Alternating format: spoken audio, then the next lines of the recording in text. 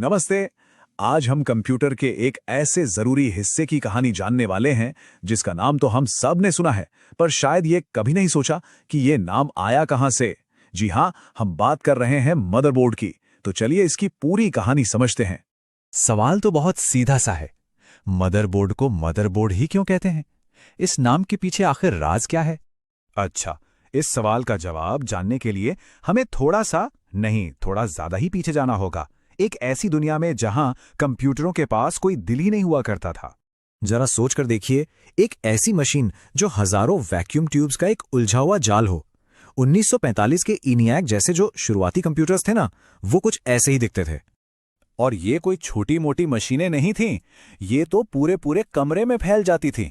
हजारों vacuum tubes पर चलती थीं और हर काम के लिए अलग अलग हिस्से होते थे। मतलब सब कुछ बिखरा हुआ था, एक सेंट्रल हार्ट जैसी कोई चीज थी ही नहीं। लेकिन फिर 1960 के दशक में चीजें बदलने लगी। कंप्यूटर को एक ढांचा देने के लिए कह सकते हैं कि पहला कदम उठाया गया। देखिए, एक तरफ था पुराना ENIAC जो बस पुर्जों का एक ढेर था, और दूसरी तरफ आया 1960 के दशक का PDP-8 जिसे डिजिटल इक्विपमेंट कॉरपोरेशन ने बनाया था। इसने एक बिल्कुल नया तरीका पेश किया। ये एक यूनिफाइड सिस्टम था जिसका अपना एक सेंट्रल हार्ट था, और इस सिस्टम का दिल था बैकप्लेन। ये क्या था?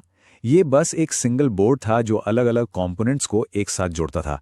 और इसका सबसे बड़ा फायदा ये था कि अब इंजीनियर्स पूरी मशीन को छेड़े बिना कोई भी हिस्सा आसानी से जोड़ या निकाल सकते थे। इसने कंप्यूटर को पहली बार एक तरह का कंकाल, एक ढांचा दिया। और यहां से तो चीजें बहुत तेजी से आगे बढ़ीं। 1960 में बैकप्लेन आया, फिर 1970 में इंटेल 4004 माइक्रोप्रोसेसर ने पूरे कंप्यूटर को एक छोटी सी चिप में समेट दिया। और फिर 1976 में आया एप्पल आई, जिसने सब कुछ एक ही सिंगल बोर्ड पर लाकर रख दिया। स्टीव वॉज़नियाक का बनाया हुआ एप्पल आई वाकई क्रांति था। CPU, रैम, कनेक्टर्स, सब कुछ सिर्फ एक ही प्रिंटेड सर्किट बोर्ड पर।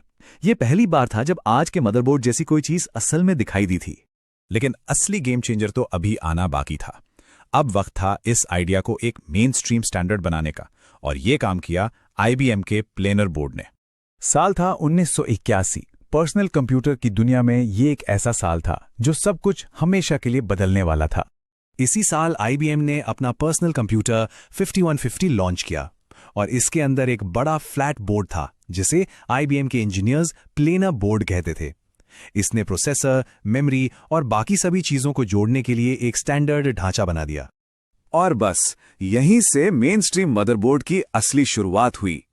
IBM के इस डिजाइन ने एक ऐसा स्टैंडर्ड सेट कर दिया जिससे दूसरी कंपनियां भी इसके साथ काम करने वाले पार्ट्स बना सकती थी, और इसी ने पर्सनल कंप्यूटर की क्रांति को जन्म दिया। तो ठीक है, अब जब हम ये सारी हिस्ट्री जान चुके हैं तो चलिए अपने पहले सवाल पर वापस आते हैं। आखिर ये आया कहां से? तो इस नाम के पीछे की जो भावना है वो बड़ी दिलचस्प है। मदर शब्द के बारे में सोचिए। ये एक तरह से एक ओरिजिन है, एक स्रोत। ये बाकी सभी हिस्सों को पोषित करता है, एक सेंट्रल हब की तरह काम करता है। चलिए इस मदर मेटाफर को थोड़ा और अच्छे से समझते हैं। सबसे पहले ये एक स्रोत है जहां से सारे कंपोनेंट्स आकर जुड़ते हैं। दूसरा, ये एक हब है जहां सारी एक्टिविटी और कम्युनिकेशन होता है। और तीसरा, ये पोषण देता है, मतलब ये पावर और रास्ते देता है ताकि सब कुछ ठीक से काम कर सके। और मजे की बात तो ये है कि इस कहानी में मां अकेली नहीं है। मदरबोर्ड तो मेन हब हो गया, लेकिन अगर मदरबोर्ड से कोई छोटा सर्किट बोर्ड जुड़ता है तो उसे डॉटर बोर्ड कहते हैं। मतलब ये तो पूरा एक फैमिली कनेक्शन बन गया। तो मदरबोर्ड सिर्फ एक टेक्निकल नाम नहीं है, ये अपने आप में एक कहानी है। और ये हमें सोचने पर मजबूर करता है ना, कि टेक्नोलॉजी की दुनिया में और कौन कौन से ऐसे नाम हैं जिनकी इतनी ही दिलचस्प कहानी हो सकती है।